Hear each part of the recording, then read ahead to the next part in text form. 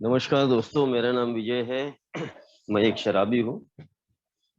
आज हाय ईश्वर विजय की बाबू। कृपा से हाय हाय आज ईश्वर की कृपा से आप लोगों की संगत के कारण आज मैं शराब के जहरीली गुट से दूर हूँ। एक सुखी समाधानी जीवन जीने का प्रयत्न कर रहा हूँ। अल्कोहलिक एनोनिमस में आने के पश्चात ही वो सारी चीजों का क्लियरिफिकेशन हुआ।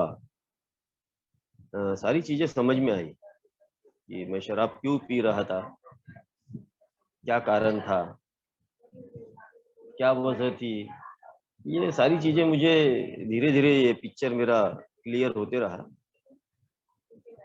और एक बात समझ में आई कि एक अल्कोहलिक के अंदर जब तक आध्यात्मिक प्रगति ना हो तब तक वो शराब से दूर नहीं रह सकता।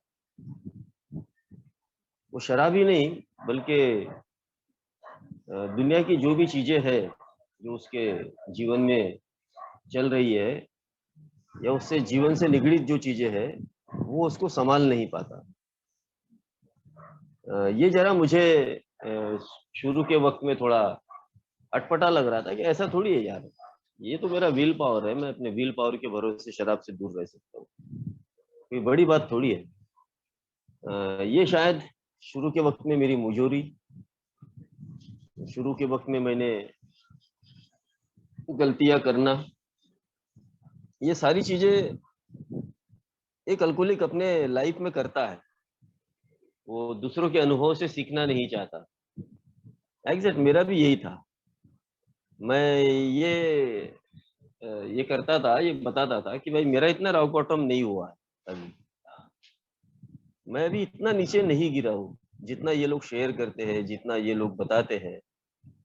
मेरा अभी उतना नहीं, मेरा ऊपरी तौर पर ठीक है भाई, थोड़ा बार पैसे से बर्बादी हुई है, थोड़े बार शरीर से बर्बादी हुई है। माने कि मेरे अंदर वो एक्सेप्टेंस पावर नहीं था। वो शराब से तो दूर हो गया था, महीने 6 महीने 8 महीने मुझे हो चुके थे। लेकिन वो पूरी तरीके से जो सरेंडर करने की बात अल्कोहलिक एनोनिमस करती है, वो मेरे अंदर पूरा तरीके से सरेंडर नहीं था। मुझे ऐसा लग रहा था कि मैं ठीक ठाक हूँ, मैं सब कुछ अपना ठीक कर सकता हूँ। तो मैं दारू तो नहीं पी रहा था, ए में आने के पहले ही दिन से मैं दारू नहीं पिया हूँ। 2004 में जब इधर आया, 7 दिसंबर 2004, तो दारू नहीं पिया। लेकिन अल्कोहलिक एनोनिमस का प्रोग्राम मुझे ये बात बताता है कि मेरी अगर शराब को कंटिन्यूटी में बंद रखना है तो मुझे प्रोग्राम प्रैक्टिस करना पड़ेगा, अन्यथा आए दिन मैं अपनी बर्बादियों का कारण खुद बनने वाला हूँ। ये बात धीरे धीरे करके कुछ वर्षों में इधर समझ में आई। जब तक कि मेरे अंदर पूरी तरीके से सरेंडर की भावना नहीं आएगी, जब तक कि मैं अपने आप को पूरी तरीके से एक बनाए हुए इस प्रोग्राम पर समर्पित नहीं करूंगा,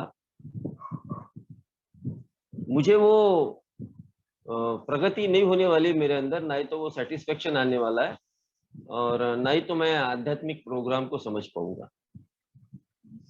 ये बात मेरा रॉक बॉटम होने के बाद में ही समझ में आई। जरूरी नहीं है कि शराब पीकर ही रॉक बॉटम होता है।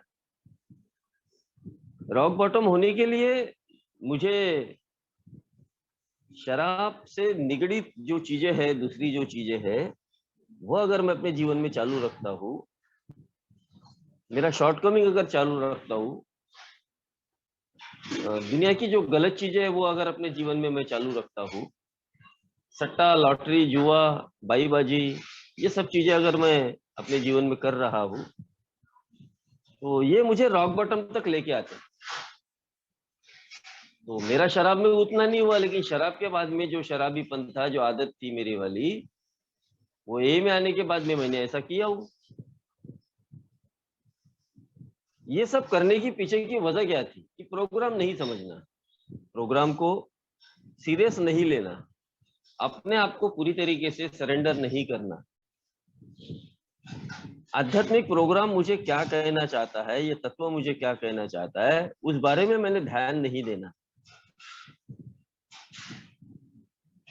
तो ये जो चीजें हैं ये मेरे अंदर नहीं थी, जिसके कारण ये नुकसान मेरे हो रहे थे, और इन नुकसानों की वजह से मेरा परिवार भी मेरे साथ सफर कर रहा था। अब मैं अपने आप को अनमैनेजेबल हूँ, ये बात को स्वीकार करने के लिए शायद मुझे 3 साल लग गए।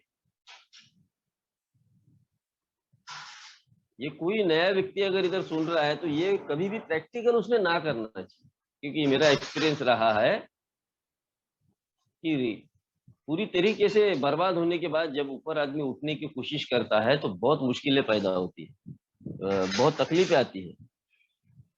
मेरे को तो कोई सपोर्ट नहीं था, सिर्फ एक नौकरी थी। तो मैं अपने आप को किस तरीके से ऊपर उठाऊं? भाई मेरे से आए हुए पहले लोग मुझे बताना चाहते थे कि विजय धीरे चलो, तकलीफें आती है, कोई ऐसी बड़ी बात नहीं है। जिंदगी में कई ऐसी चीजें हैं जो हमारे जैसे शराबी के जीवन में घटती है, उसे एक्सेप्ट करके चलो। ये जो तुम्हारे साथ में हुआ ये सबके साथ में होता है। लेकिन मैं क्या सुन रहा था, मैं तो ये चाहता था कि जल्द से जल्द मेरा खोया हुआ सारी चीजें मुझे वापस मिल जाए। मैं यानी हर वक्त अपने चीजों को पाने के लिए घाई कर रहा था, हर वक्त मैं फास्ट भागने की कोशिश कर रहा था। जबकि एक अल्कोहलिक एनोनिमस में बताया गया कि एक शराबी अगर अपने गति से अगर तेज भागने की कोशिश करता है तो वो कहीं ना कहीं गिरेगा, कहीं ना कहीं उसमें बिगाड़ आने वाला है, कहीं ना कहीं उसका इंजन फेल होने वाला है। तो मेरा इंजन तो फेल हो चुका था। में शराब नहीं पी रहा हूँ तो मैं कोई एहसान थोड़ी कर रहा हूँ, शराब नहीं पी रहा हूँ। अरे भाई, शराब से भी भयंकर जो चीजें हैं, जो एक शराबियत करवाती है मुझसे, वो तो मैं सारी चीजें कर रहा था ना। तो यहाँ मुझे अल्कोहलिक एनोनिमस में पहला एक आध्यात्मिक तत्व मुझे बताया गया कि पूरे दोषों के साथ में अपने आप को स्वीकार कर लो भाई, कि ये सारे दोष तुम्हारे बर्बादी का कारण है। मैं बोला यार ये तो बात एकदम सत्य है, मेरे बर्बादी का अगर कोई कारण है तो वह स्वयं मैं हूँ, स्वयं मेरे स्वभाव दोष है, स्वयं मेरी अनमैनेजेबिलिटी है, मेरी अस्त व्यस्तता का जो कारण है, जिसको मैं आज तक समझ नहीं पाया था, जिसके कारण ये मेरे जीवन में ये मेरी अस्त व्यस्तता हो रही है। ये कीप इट सिंपल, छोटों सी बात समझने के लिए शायद मुझे वक्त लगा, शायद मुझे टाइम लगा, क्योंकि विश्वास की कमी होने की वजह से एक शराबी के अंदर विश्वास की कमी बहुत रहती है। वो ना भगवान पर विश्वास करता है, ना अपने आप पर विश्वास करता है। वो अगर विश्वास करता है तो सिर्फ आज के दिन मुझे क्या पाना है, आने वाले वक्त में मेरे पास में क्या होना चाहिए, मेरे को कैसा कैसा मिलना चाहिए, कहाँ कहाँ से मैं ये करूं। यानी भगवान ने बनाए हुए इस आध्यात्मिक रास्ते पर चलकर मेरे जैसे अल्कोहलिक की प्रगति संभव है। लेकिन इस संभवता को मैं असंभव करने के प्रयास में रहता हूं। मेरे को कई बार बताया गया इधर कि भाई आपसे कोई बड़ी ऐसी शक्ति है जिसको आप अपने जीवन में मानने का प्रयत्न करो। मैं ये बोलता था यार मेरे जीवन में कौन सी शक्ति है, मैं तो कभी ईश्वर को मानता नहीं था, मैं तो कभी भगवान को पूछता नहीं था। मैं ये बोलता था कि यार अगर भगवान होता था तो क्या मुझे इतना रुलाता था, क्या मुझे इतना बर्बाद करता था। शायद ये मेरे सवाल थे भगवान से। अब ये सवाल ही मेरे को ऐसे इसमें डालते थे कि मेरे को कभी भी वो विश्वास, वो भरोसा करने के लिए मेरा मन कभी तैयार नहीं होता कि ऐसा भी हो सकता है, ऐसा भी कोई इन चीजों को मैं काल्पनिक चीजें बोला करता था कि नहीं नहीं ये सब काल्पनिक चीजें हैं, काल्पनिक बातें हैं जो ये लोग बता रहे, ऐसी कोई संकल्पना नहीं। लेकिन दोस्तों, जब एक शराबी की पूरी तरीके से फट जाती है, एक शराबी जब पूरी तरीके से हताश हो जाता है, उसके पास में सिर्फ एक ही रास्ता मेरे जैसे शराबी के सामने बचा हुआ था कि सुसाइड करना, आत्महत्या करना। उसके सिवाय दूसरा कोई पर्याय नहीं है, क्योंकि पानी सर के ऊपर चला चुका है, नाक के ऊपर आ चुका है। अब मरना ही बेहतर है। अब यार मैं तो आज से कुछ साल पहले अल्कोहलिज्म में मरा घोषित हो चुका था। मेरे को तो मर गया करके घोषित कर दिया था, ये शराब की वजह से। एक्सीडेंट हुआ, एक दोस्त जगह पर ही मर गया था। अब ये मरे हुए मुर्दे को फिर से जिंदा किया, तो शायद वो ईश्वर की कुछ तो संकल्पना होंगी। शायद वो ईश्वर ने मुझे इसलिए जिंदा रखा कि मैं अपने जीवन में कुछ तो इतिहास गढ़ाऊंगा।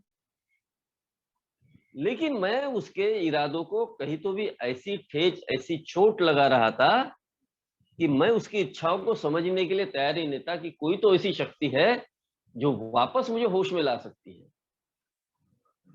क्या होशमंदी में मुझे आना जरूरी है? ऐसा सवाल या निशान मैं अपने ऊपर लगाया करता। ये क्यों होता है यार ऐसा? ये इसलिए होता था मेरे साथ, ये आज मुझे समझ में आता है कि भाई मेरी शराब मेरे मानसिकता को इस तरीके से खराब कर चुकी थी कि क्या सही है, क्या अच्छा है और क्या गलत है, ये सब चीजों को समझने के लिए मेरी बुद्धि काम नहीं करती। यानी मेरे बुद्धि का जो विकास है वो कहीं तो भी थम चुका था, रुक चुका था, जिसके कारण सही और गलत की परिभाषा को मैं समझने के लिए तैयार नहीं था। अब सशक्त विवेक बुद्धि की बात किया है अल्कोहलिक एनोनिमस में। जब मैं अपने घुटनों पर टेक कर, जब अपने घुटने पर चलकर, जब उस भगवान के सामने प्रेयर करता हूँ, जब उस भगवान को मैं ये बोलता हूँ कि भगवान मुझे ये शराब की दूरी दिला दे, तो यार ये शराब की दूरी के साथ साथ मेरे डिफेक्ट भी मैं भगवान को बताना शुरू कर देता हूँ। तो यहाँ मेरे को मेरे से पहले आए हुए लोगों ने बताया था कि यही तो तुम्हारा आध्यात्मिकता का पहला टप्पा है, जिसको तुमने अपने जीवन में लागू कर दिया, ये पहला चरण है तुम्हारा।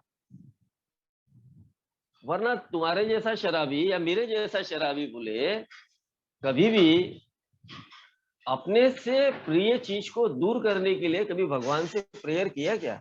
हाँ यार, ये तो नहीं किया वो। कितनी भी मुश्किलें आ जाए, उन मुश्किलों में भी मैंने कभी ये प्रेयर नहीं किया कि भगवान मुझे शराब से दूर रख। मैंने भगवान से यही बात किया था कि भगवान मुझे थोड़ा सा कंट्रोल में पीना सिखा दे। लेकिन कंट्रोल मेरे से कभी जम नहीं रहा था, मुश्किलें और बढ़ रही थी। तो ये में एग्जैक्टली मेरे को ये बात का स्वीकार करना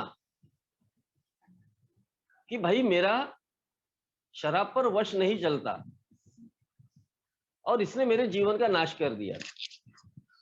ये बात को जब मैं रोज one day at a time के बेस पर जब इसको स्वीकार करता हूं,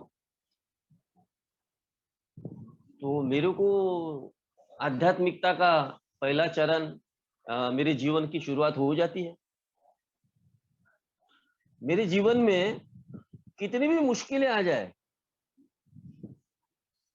कुछ भी हो जाए, अगर मैं उस भगवान के सानिध्य में हूं, वो भगवान अगर मुझे एक रास्ता अगर दिखा रहा है और मैं खुली आंखों से, खुले बुद्धि से अगर मैं उस रास्ते को देख पा रहा हूं, समझ पा रहा हूं,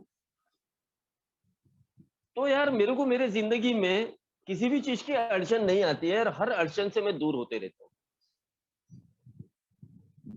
जिसको बोला गया है अल्कोहलिक एनोनिमस में, ये प्रोग्रेस मेरा तभी होने वाला है जब मैं 12 कदमों पर चलने के प्रयासरत रहूंगा। अगर मैं 12 कदमों को मजाकबाजी में लेने की कोशिश करूंगा, अरे जान दो, कुछ नहीं होता, बाद में देखेंगे, ये मैंने किया हो, 3 साल मैंने ऐसा ही किया। अरे कोई भगवान हुआ नहीं, सब अपनी अपने करता धरता है, ये मैंने बोल के देखा हो सब कुछ। प्रार्थना का मैंने महत्व मेरे को उतना कुछ नहीं समझ रहा था। जब पूरी तरीके से मेरी हट गई, तो तब मैंने अपने अंदर की शक्तियों को कहीं तो भी जगाने का प्रयत्न किया। क्या सही में मेरे अंदर कोई भगवान बैठा है। मेरे से आए हुए मेरे से ओल्ड टाइमर मुझे बोला करते थे कि अपने अंदर ही भगवान बैठा हुआ है, बस उसको जगाओ, उसको वो सद्बुद्धि मांगने का प्रयत्न करो। अगर तुम्हें सही में एक अच्छा जीवन जीना है। मैं यार बोला कि भगवान से ऐसा बोलने से या मांगने से ये होता है, तो मैं ऐसा करने का प्रयत्न किया। क्या मेरी सद्बुद्धि मुझे वापस मिल जाएंगी? ये मैं कई बार ऐसा सोचता था।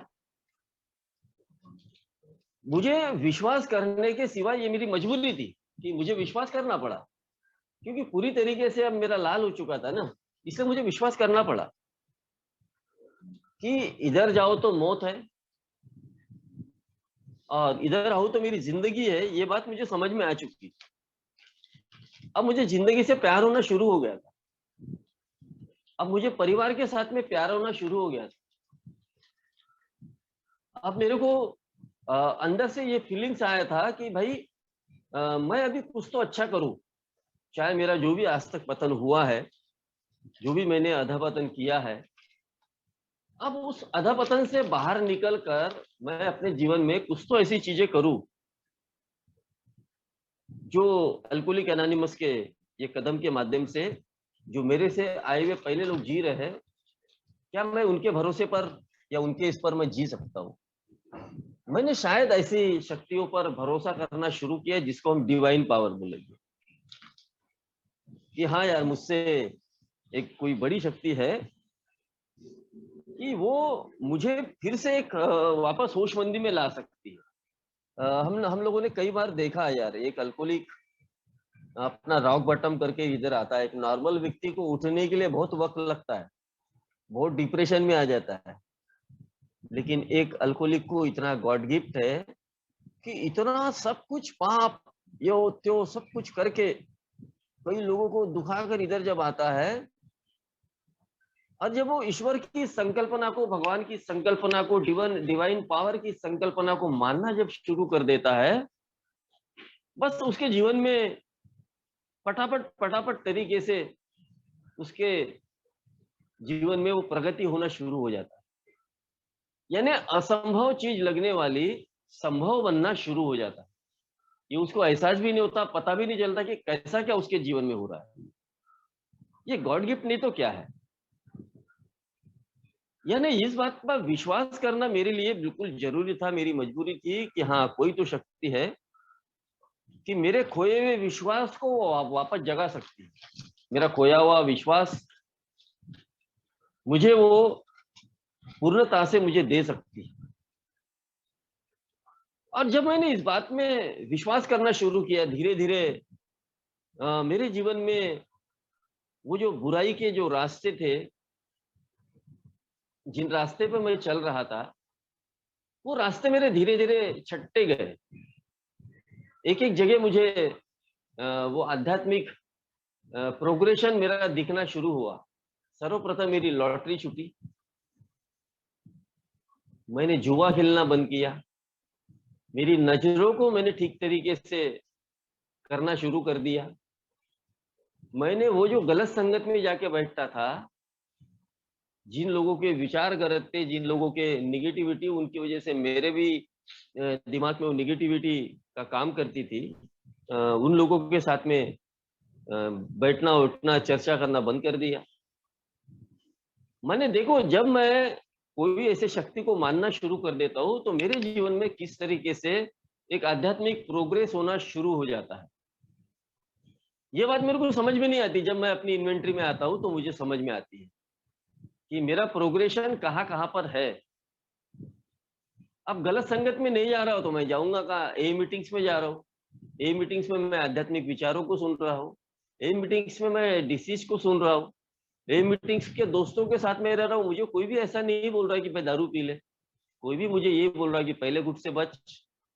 कोई भी मुझे ये बता रहा है कि गलत काम करने से बच, गलत कामों की तरफ दिशा में जाओ मत, ऑनेस्टी, अपने आप से खुद ईमानदार रहे। तो यार, जब ये चीजें मुझे यहाँ मिलना शुरू हो गई, तो मेरा हैप्पीनेस मुझे वापस आया। यानी सीधी सी सादी सी बात थी कि मेरे बुद्धि का विकास होना ये मेरे हाथ में नहीं, कोई तो मेरा हायर पावर था जिसने मेरे इस बुद्धि में वो विकासशील चीजें डाली और उसने मुझे सही मार्ग पर, सही लाइन पर लाया। अब मैं कौन सा इतिहास घड़ाने वाला हूँ जो मैं 25-30 साल पहले जो मर चुका था, 26 साल पहले जो मर चुका था, जिसको मृत घोषित कर दिया था, ये जिंदा नहीं रहेगा। वो व्यक्ति आज तक जिंदा है जिसने दारू खूब पिया, कई एक्सीडेंट हुए, तो वो ईश्वर ने मुझे कहीं तो भी जिंदा रखा। शायद मेरे परिवार की पुण्याई हो, शायद मेरा परिवार, जो मेरे बच्चे, मेरी पत्नी, मेरी माँ, जो मुझसे प्यार करते थे। अब यार ऐसे परिस्थिति के आदमी को भगवान ने जिंदा रखना और वो आदमी अपने जीवन में फिर से अपने पैरों पर खड़ा होना, ये मिरेकल नहीं तो क्या है। और उसको ए का मैसेज मिलकर इन ए के तत्वों में अपने प्रोग्रेशन के बारे में सोचना, इतना बुद्धि में उसके विकास होना, इससे बड़ा मिरेकल और जीवन में क्या हो सकता है। अरे भाई, मेरे पास पैसे नहीं रहते थे तो मैं भगवान को गाली देता था, काहे का भगवान, काहे का ये। मेरे बर्बादी का कारण मैं स्वयं था, लेकिन दोषी मैं भगवान को ठहराता था। लेकिन यहां मुझे धीरे धीरे समझ में आया कि दोषी और कोई नहीं, ना ही तो मेरा भगवान दोषी है, ना ही तो मेरा आस पड़ोस, ना ही तो मेरा परिवार, ना ही तो मेरी कोई यार मित्र, कोई नहीं दोषी। अगर दोषी कोई है तो वो स्वयं मैं हूं यार। स्वयं वो मेरे दोष मुझे वो शराब के गुत्थे तक लेके जाते थे और मुझसे वो गलत काम करवाते थे। वो बेसिकली मैं ऐसा नहीं था। अब यार ये मेरे जो विचार है, मेरी जो शरणी है, अब इतना कॉम्प्लिकेटेड जीवन, कुछ लोग बोलते हैं, शायद मैं नहीं इस बारे में बोलूंगा, कि विदाउट ईश्वर मेरा अध्यात्म पूरा नहीं हो सकता। ए में ऐसा कुछ जरूरी नहीं है। ए में आस्तिक और नास्तिक, ये दोनों टाइप के लोग आते हैं और दोनों टाइप के लोग सोबर होते हैं। लेकिन सेकंड जो कदम है वो दोनों टाइप के लोगों को एकत्र जोड़ता है।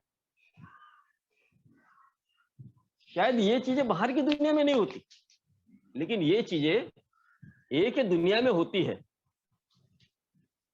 तीसरा स्टेप हर किसी को बहुत प्यारा लगता है, क्योंकि मैक्सिमम लोग धार्मिकता से जुड़े रहने की वजह से उनको ऐसा लगता है कि ईश्वर मेरे जीवन में कुछ ऐसा चमत्कार करेगा। ये मुझे भी ऐसा लगता था कि शायद मैं अगर उस ईश्वर को मानता हूं तो वो ईश्वर मेरे जीवन में कुछ तो ऐसा चमत्कार करने वाला है जिसकी कारण मेरे को वो सब कुछ मिलेगा। लेकिन यार मेरे समझ के ईश्वर के हवाले जब मैं अपने मानव जीवन को देने का जब प्रयत्न करता हूं, जब निर्णय लेता हूं, तो यहाँ मेरे को एक ब्यूटीफुल मजा आती है कि मेरे को इन सब चीजों से कोई लेना देना नहीं है। मेरे को अगर कोई चीजें से लेना है तो मेरी सेरेनिटी जो खो चुका था, मेरे अंदर का हैप्पीनेस जो मैं खो चुका था, मेरा हास्य, मेरे प्रॉब्लम्स की वजह से मैं जी नहीं पा रहा था, जिसके कारण क्या सही और क्या गलत मैं समझ नहीं पा रहा था। मेरे प्रॉब्लम्स को मैं किस तरीके से मेरे भगवान के भरोसे में शिफ्ट कर सकता हूं। मैं अपने माइंड को किस तरीके से फ्री रख सकता हूं। क्योंकि अगर मुझे परिवर्तन लाना है तो ये स्टेप मुझे रोज मेरे जीवन में प्रैक्टिस करना पड़ेगा। ये बात मुझे बहुत अच्छे तरीके से मुझे बताई गई, क्योंकि मैंने अब मेरे अंदर वो विश्वास आ चुका था कि कोई तो शक्ति है, अब वो कौन सी है मुझे नहीं पता। अब इस शक्ति के पास कहीं तो भी मैं अपने जीवन को देने का एक निर्णय पे जब मैं पहुंचता हूं तो अब मेरा आध्यात्मिक लेवल सही में एक बढ़ना शुरू हो जाता है। अब मेरे अंदर से वो डर की परिभाषा निकलना शुरू हो जाता है। अब मुझ में वो डर नहीं रहता कि अब दुनिया मेरे बारे में क्या कहेगी। अब मेरे अंदर वो ग्रैंडोसिटी, वो लोगों को बड़प्पन बताने की भावना मेरे अंदर से निकल जाती है। अब मैं कीप इट सिंपल जीवन जीता हूँ। मेरे को अल्कोहलिक एनोनिमस ने ये नहीं बताया कि रोज सवेरे 5 बजे उठ, अगरबत्ती लगा, भगवान से ये कर वो कर। भाई जब तू उठेगा तब तू कर, लेकिन कर, प्रेयर कर भगवान के पास। ऐसा कोई मेरे को गाइडिंग नहीं है, भाई बिस्तर में ही कर ले। वो तेरे को चारों ओर से देख रहा है, वो तेरे जीवन में काम कर रहा है। बस इस बात का विश्वास तू अपने अंदर जगा, क्योंकि वो तेरे लिए अगर काम नहीं करता था तो यार विजय, तू 25 साल पहले ही मर चुका होता, जहाँ तेरा एक बहुत बड़ा एक्सीडेंट हुआ था, जहाँ तेरे को मृत घोषित कर दिया था। कई लोग ऐसे हैं, ठोकर लगकर, दारू पीकर ठोकर लगकर सर पर चोट लगी, मर गए। लेकिन मेरा हाथ कटने के बावजूद भी मैं जिंदा हूं। इसका मतलब यह है कि वो शक्ति है जिसको तू ईश्वर मानता है, वो तेरे जीवन में काम कर रही है। तेरे निर्णयों पर तू चलने का प्रयत्न मत कर। तू अपने निर्णयों पर चलने का बहुत प्रयत्न कर लिया, बहुत तू इधर उधर भागा है। मिला क्या तेरे हाथ में? मिला कुछ नहीं यार, सब कुछ खाली हाथ रहा। अब तेरे ईश्वर की इच्छा है कि तू प्रेम पूर्वक जीवन जीने का प्रयत्न कर, लोगों के इमोशंस को समझने का प्रयत्न कर, जो लोग जैसे है उसको स्वीकारने का प्रयत्न कर, ईश्वर की इच्छाओं को मानने का प्रयत्न कर। आज जो तेरे जीवन में नहीं हो रहा है, ये विश्वास कर कि आने वाले वक्त में तेरे जीवन में अच्छा होने वाला है। क्योंकि आज तेरा जीवन तुझे ये कह रहा है कि भाई आज वो तेरे लिए नहीं है सूटेबल। 11 लाख की लॉटरी का एक नंबर से मेरा नंबर गया था, पश्चाताप कर रहा था। किसी मेंबर ने बताया मुझे 11 लाख अगर मिल जाते तो साला 11 दिन में मर जाता था। बोले मेरे ईश्वर की इच्छा उस वक्त मुझे 11 लाख देने की नहीं थी। उसको मालूम था साला इसको 11 लाख देगा ये मर जाएगा दारू पीकर। मेरा ईश्वर मुझे कहीं तो भी वो वेट एंड वॉच की वो परिभाषा बताता है कि थोड़ा वेट कर, समय के अनुसार तेरे को वो सब चीज दूंगा मैं, तेरे हैसियत के हिसाब से मेरे को वो सब चीज दूंगा, बस तू थोड़ा विश्वास रख और आगे बढ़। जो आध्यात्मिक प्रोग्रेस तेरे अंदर चाहिए वो मैं देखना चाहता हूँ, वो तू मुझे दिखा। तू लोगों तक अपनी अच्छी कीर्ति एक लेकर चल, लोगों को स्वीकार कर, परिवार में एक अच्छा पति बन के रहे, एक अच्छा बाप बन के रहे, एक अच्छा बेटा बन के रहे। ये थर्ड स्टेप में मुझे ये क्लियरिटी, मुझे मेरे ईश्वर के चरणों में जब मैं जाता हूं तो मुझे समझ में आती है।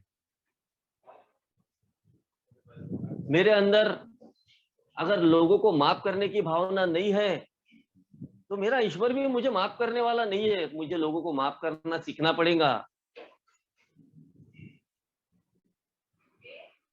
मेरा प्रोग्रेशन, मुझे आध्यात्मिक लेवल जब तक नहीं बढ़ेगा तब तक ना मैं पैसा संभाल सकता हूँ, ना परिवार संभाल सकता हूँ, ना कुछ भी मैं कर नहीं सकता हूँ। मेरा आध्यात्मिक प्रोग्रेशन होना इतना जरूरी हो गया था, ये मैं 3 साल के अनुभव में ही अपने आप में सीख लिया था। मैं हर वक्त किसी ना किसी का गुस्सा करता था, किसी ना किसी से बहस करता था। ये मेरी रिकवरी नहीं थी। शायद ईश्वर ने बनाए हुए इस आध्यात्मिक मार्ग को मैं कहीं तो भी अलग दिशा में लेकर जा रहा। मुझे यहाँ बताया गया कि भाई अपने आप के बारे में सचेत हो जा, और किसी का गुस्सा करने की तेरे को जरूरत नहीं, किसी की खुन्नस पालने की जरूरत नहीं है, किसी से ज्यादा बहस करने की जरूरत नहीं है, ज्यादा निराशवादी जीवन जीने की कोशिश मत कर। उस ईश्वर पे भरोसा रख, वो तेरे जीवन में सब कुछ करने वाला है। जो तुझे चाहिए वो सब मिलने वाला है, लेकिन तेरे समय अनुसार नहीं, उसके समय के अनुसार मिलने वाला है। ये बात इधर इस ईश्वरीय कृपा के तहत मुझे समझ में आई, और मैंने कहीं तो भी उस शक्ति को मानना शुरू किया जिसको मैं अपना ईश्वर समझता हूँ, कि हाँ वो मेरे जीवन में कहीं तो भी काम कर रहा है, क्योंकि ये मेरे इन्वेंटरी का पार्ट है। जब तक कि मैं अपनी इन्वेंटरी खुद नहीं लूंगा, जब तक मैं अपनी इन्वेंटरी खुद नहीं लूंगा, अपने बारे में जब तक मैं नहीं लिख पाऊंगा, तो मुझे समझ में नहीं आएगा मेरा प्रोग्रेशन कहीं तो भी रुकने वाला है। मेरी लिखावट की जो बातें हैं वो मुझे समझ में आती है। 1 सेकंड दोस्तों।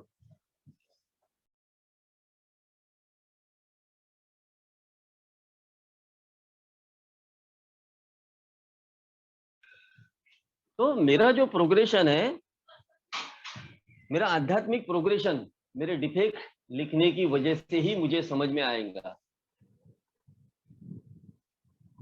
क्या है मेरे कैरेक्टर डिफेक्ट, क्या कर रहा था मैंने कितने पाप किए, मैं कहाँ गिरा, मेरा नजरिया कहाँ गिरा, कितने लोगों के प्रति मेरी खुन्नस है, कितना गुस्सा मेरा तेज है, मेरी सिख की भावना कितनी तीव्र है, मेरा लस्ट कितना जबरदस्त है,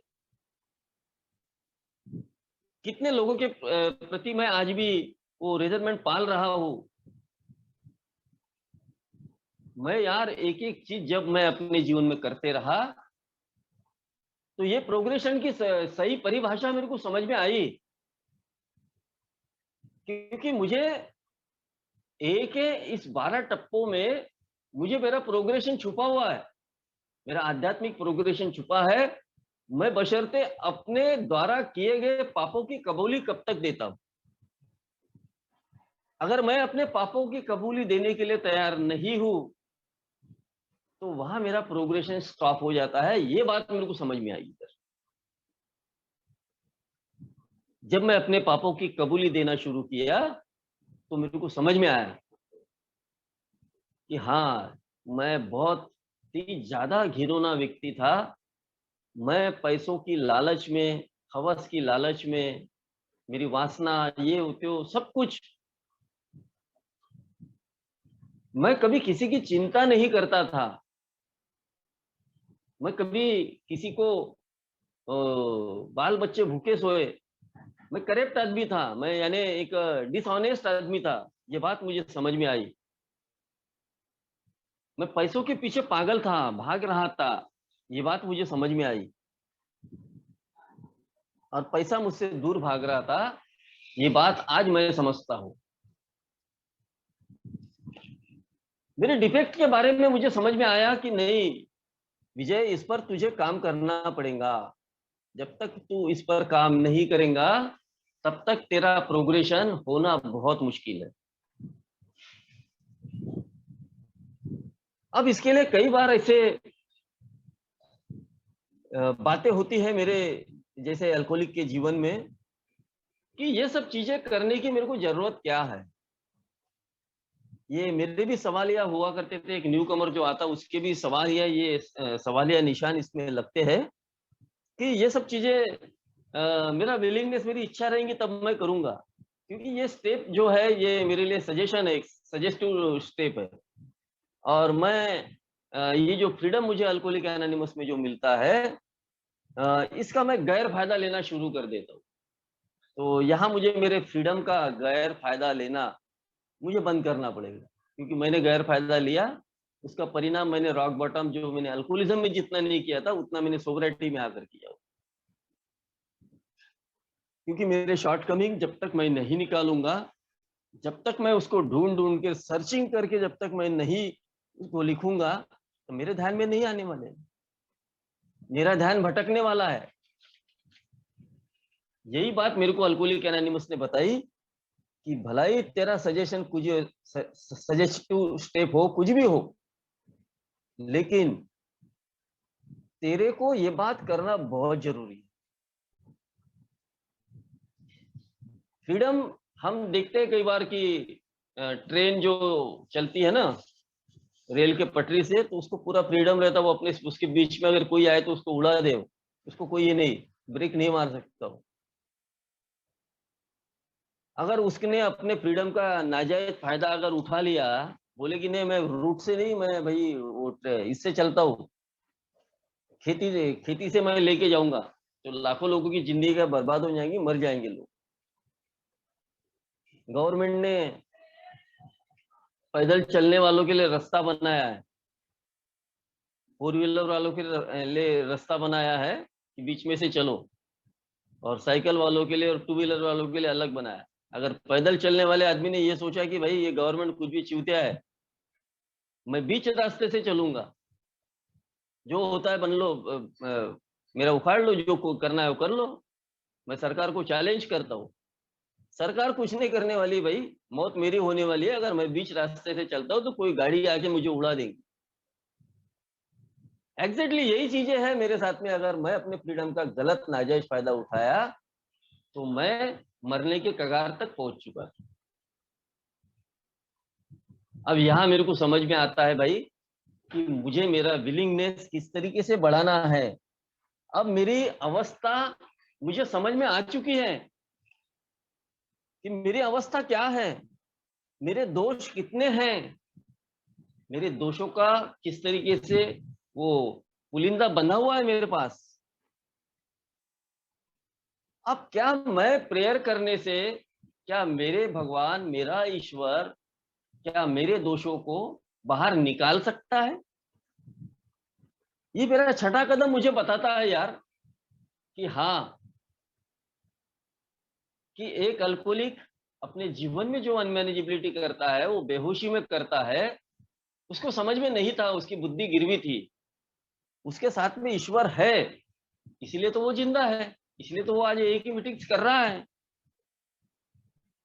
अन्यथा पैसा यो त्यो ये सब सेकेंडरी है। पैसा आएगा जाएगा, लेकिन यार मेरा प्रोग्रेशन कहाँ छुपा हुआ है? सुधीर भाई ने जब भी बोला था बहुत ही अच्छा, आज हर कोई अपने जीवन में आध्यात्मिक प्रोग्रेशन करना चाहता है, हर कोई ये बात को समझना चाहता है, लेकिन मेरे जैसे अल्कोहलिक के लिए इधर ये रेडीमेड प्रोग्राम ये 86 साल पहले ही बन चुका है, 87 साल पहले मेरे पूर्वजों ने बना के गए हुए इधर। बस भाई अपनी थोड़ी सी इच्छा रख इसको लेने की, ये बात मुझे इधर बताया गया है। मैं जब इस आध्यात्मिक कदम पर जब मैं चलना शुरू करता हूँ, जब मैं ईश्वर के सामने बैठकर उससे प्रेयर करता हूँ, उससे प्रार्थना करता हूँ, उससे विनय करता हूँ कि भाई मेरे इन दोषों को आप निकालने का मुझे एक मार्ग बताओ भगवान। यानी मेरे जो चरित्र जो मेरे अंदर निर्माण हुए थे, आज मैं अच्छा चरित्र मेरे अंदर निर्माण हो, इस बात की पुष्टि मेरे अंदर आ जाती है। यानी मैं इस प्रोसेस में आ जाता हूँ कि अब मुझे सुधरना है। मेरा लस्ट का जो प्रॉब्लम था, मैं बताया कि लस्ट मेरा प्रॉब्लम था। छठे कदम के तहत मैंने अपने आप को कहीं तो भी उस ईश्वर के सामने प्रेयर करके उसको मैंने ये बात अपनी बताई कि भगवान मेरा ये प्रॉब्लम है, भगवान मेरा शॉर्टकमिंग प्रॉब्लम है। यानी मैं जो मेरे प्रॉब्लम जो बता रहा था, मेरा भगवान जो बातें सुन रहा था, मेरा ईश्वर जो बातें सुन रहा था, इसका मतलब मेरे अंदर के भगवान को कहीं तो भी मैं जगा रहा था। इसका मतलब मैं सुधरने के प्रोसेस में था, मैं वो प्रोग्रेस करने के चक्कर में था। ये उसका एक सबसे बड़ा सही उत्तर मेरे जैसे शराबी को यहाँ मिला है। कई बार फिर ये प्रेयर करते हुए मेरे को ऐसा लगता था कि क्या भगवान के सामने प्रेयर करने से क्या ईश्वर मेरे दोषों को निकाल सकता है, या मेरे दोष को ईश्वर निकाल देगा? यहाँ एक मेरे जैसा अल्कोहलिक प्रश्नार्थक चिन्ह अपने जीवन में लगाता है। तो मैं जब इन आध्यात्मिक कदमों पे चल रहा हूँ, मैं जब अपने चरित्र का निर्माण अच्छी तरीके से करने के प्रोसेस में हूँ, तो निश्चित तौर पर मेरा भगवान मेरे अंदर के चारित्रिक दोषों को जरूर निकालेगा, ये विश्वास मेरे अंदर प्राप्त हो जाता है, क्योंकि मैं अब इस तैयारी में लग गया। ऑटोमेटिकली मेरे अंदर कहीं तो भी वो विलिंगनेस से, मेरी इच्छा की तैयारी से मेरे अंदर वो एक ऐसा एक प्रोग्रेशन आता है जिसको हम लोग कहेंगे ह्यूमिलिटी, एक नम्रता। नम्रता का जो 7वां कदम जो मेरे जैसे अल्कोहलिक के लिए बनाया गया है, वो सही में यार, वो नम्र व्यक्ति मैं नहीं था। मैं तो ये डंके के चोट पे बोलता हूँ कि मैं आए वक्त किसी ना किसी से उलझनों में रहता था, गॉसिप करता था, मेरे को वो व्यक्ति नहीं पटता था, ये व्यक्ति नहीं पटता था। मैं किसी व्यक्ति विशेष को स्वीकार करने के लिए तैयार नहीं था। मैं मेरी परिस्थिति को स्वीकार करने के लिए तैयार नहीं था। मैं मेरी असफलता को स्वीकार करने के लिए तैयार नहीं था। मैं 12 कदमों को स्वीकार करने के लिए तैयार नहीं था। इन सब चीजों के लिए 7वें कदम में मुझे बताया गया है कि भाई अपने चरित्र का अगर निर्माण करना है, तो यार तुम्हें वो ह्यूमिलिटी, वो नम्रता, वो लाना जरूरी है। अगर वो नम्रता तुम्हारे अंदर आ जाती है, तो तुम सारी परिस्थितियों को स्वीकारने के लिए तैयार हो जाओगे। ये विश्वास, ये बात मुझे इन कदमों के माध्यम से मिलना शुरू हो जाती है। चाहे मेरी वो मजबूरी हो, चाहे कुछ भी हो, लेकिन मुझे विनम्र बनना इतना जरूरी है। मुझे शुरू में बताया गया था, भाई नाटक तो कर, विनम्र बनने का, नम्रता का नाटक तो कर। मेरे को एक ओल्ड टाइमर ने बताया था, बोले दारू पी रहा था तब तो तू कितना नम्र था, बोले सोच विचार कर। तो मैं बोला क्या ऐसा था? बोले गिलास धोता था। मैं बोला हाँ यार, ये बात तो याद है कि साला दारू के लिए जिस दिन पैसे नहीं रहते थे, उस दिन मैं नम्रता पूर्वक उन लोगों को स्वीकार करता था, उनकी 4 बातें भी स्वीकार कर लेता था और बैठा रहता था कि यार ये लोग कब दारू पिलाएंगे। तो एग्जैक्ट यही तो यही में मुझे करना है। मुझे ये मीटिंग्स नम्रता पूर्वक करना है, 12 कदमों को नम्रता पूर्वक स्वीकार करना है। लोगों के अनुभव जो मेरे सामने वो करते हैं, जो शेयर करते हैं, उनको नम्रता पूर्वक मुझे सुनना है, उस पे इम्प्लीमेंट करना है। और जब ये नम्रता मेरे अंदर आती है, तो मैं तैयारी में इस बात में रहता हूँ कि मेरे हाथों से आज तक कितने लोगों का नुकसान हुआ, कितने लोगों की गलतियां हुई और कहाँ मैंने गलतियां किया, कितने लोगों को मैंने दुखाया हूँ, उन सब की एक लिस्ट मैं तैयार करता हूँ। और जब मेरी ये लिस्ट बनती है, तो मेरे को समझ में आता है कि यार मैंने सही में इतने लोगों को मैंने दर्द दिया, इतने लोगों को मैंने तकलीफ दिया। मेरे परिवार के लोग उसमें सबसे ज्यादा हिस्सेदार रहे। मेरे दोस्त लोग रहते जो मेरे कनेक्टिव मेरे साथ में जो रहते हैं, वो लोग मेरे साथ में रहते हैं। इतना बढ़िया आध्यात्मिक रास्ता मेरे को मेरे जीवन में प्रोग्रेशन करने के लिए अल्कोहलिक एनोनिमस ने मेरे सामने रखा है।